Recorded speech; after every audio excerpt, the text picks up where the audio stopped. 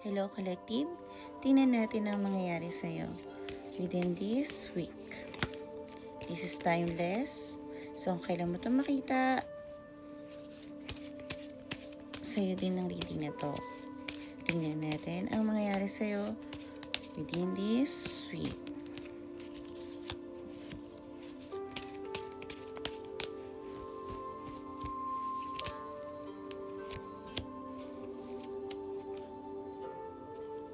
Overall energy mo, Collective, is obsessed ka sa isang bagay na na-realize mo na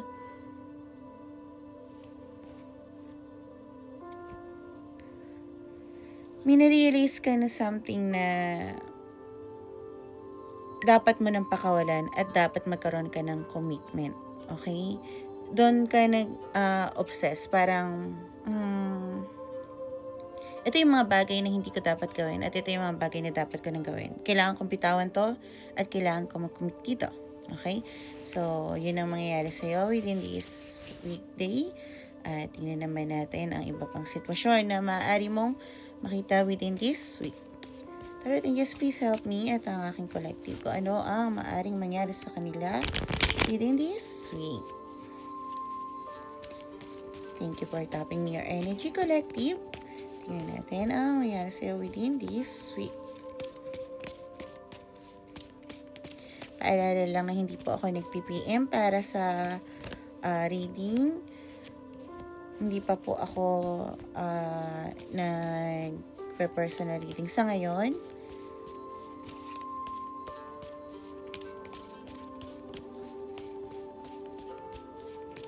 Maari po kayo mag-PM pero pag nag-reply po ako. Okay, thank you so much. Tarot Angels at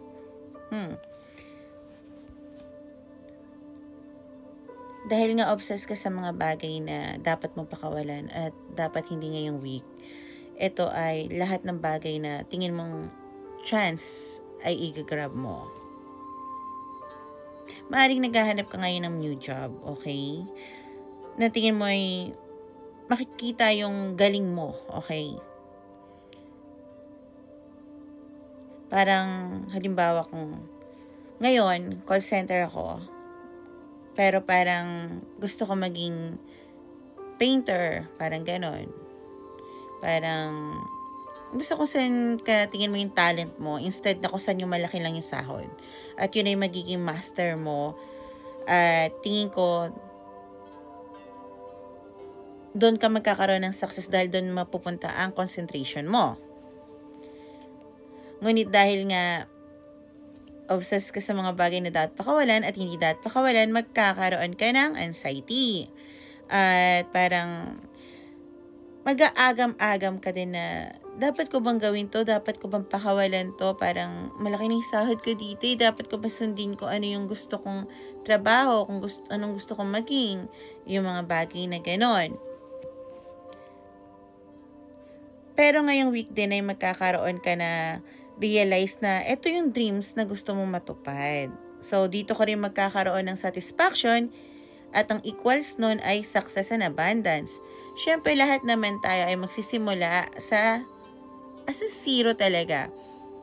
Yung mga bagay din akong pinakawalan before na malalaking sahod, pero grabe yung nangyari sa akin anxiety na parang, alam mo yung parang hindi ko gusto na nandito ako, hindi naman dapat ganito yung trato sa akin.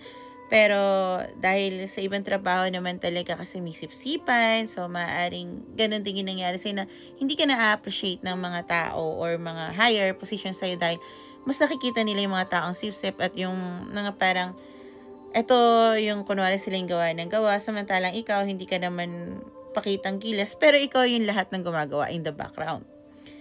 So, parang doon na naisip mo na natatakot ka na malaki naman kita ko pero hindi ko gusto dito. Yun yung pakiramdam ko, okay? Malaking kita ko dito pero ayoko dito. Kilala na ako dito pero ayoko dito. Yung mga ganong bagay. So, kahit na anong gawin mo, ang susundin mo ay passion mo at doon ka magkakaroon ng success, okay? Huwag ka mag-alala dahil tingin ko hardworking ka at tingin ko hindi mo naman din mararamdaman ng hard. Dahil kung ang ginagawa mo ay hobby mo, para ka hindi rin nagtatrabaho, promise. Thank you so much, Tarot Angels. Ngayon, tingnan naman natin ang message sa'yo ng guides mo. Tarot Angels, please stop me to their guides. Help us na ibigay sa akin ang gusto nilang ibigay na mensahe sa aking collective. Para ito sa guide mo ngayon, this week. Makatulong sana ito sa yung mensahe, collective. Hindi masyadong marami. 3 cards only.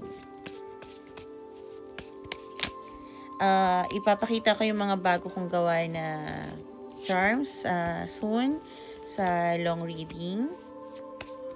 Kaya antabay lang. Maaari din ako na gumawa ng personalize nyo.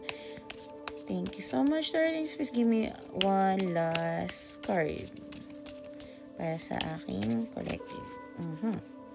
Thank you sa guides mo, collective. Okay, Sagittarius might be resonate.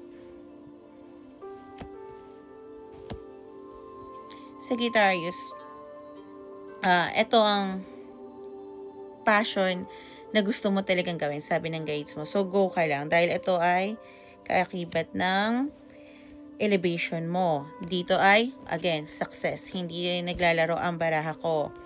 Basta, huwag kang mawawalan lagi ng pag-asa.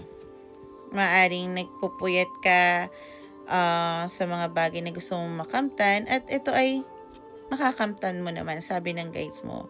Your inner wisdom is your guides para mapunta ka kung saan mo gustong mapunta. Okay?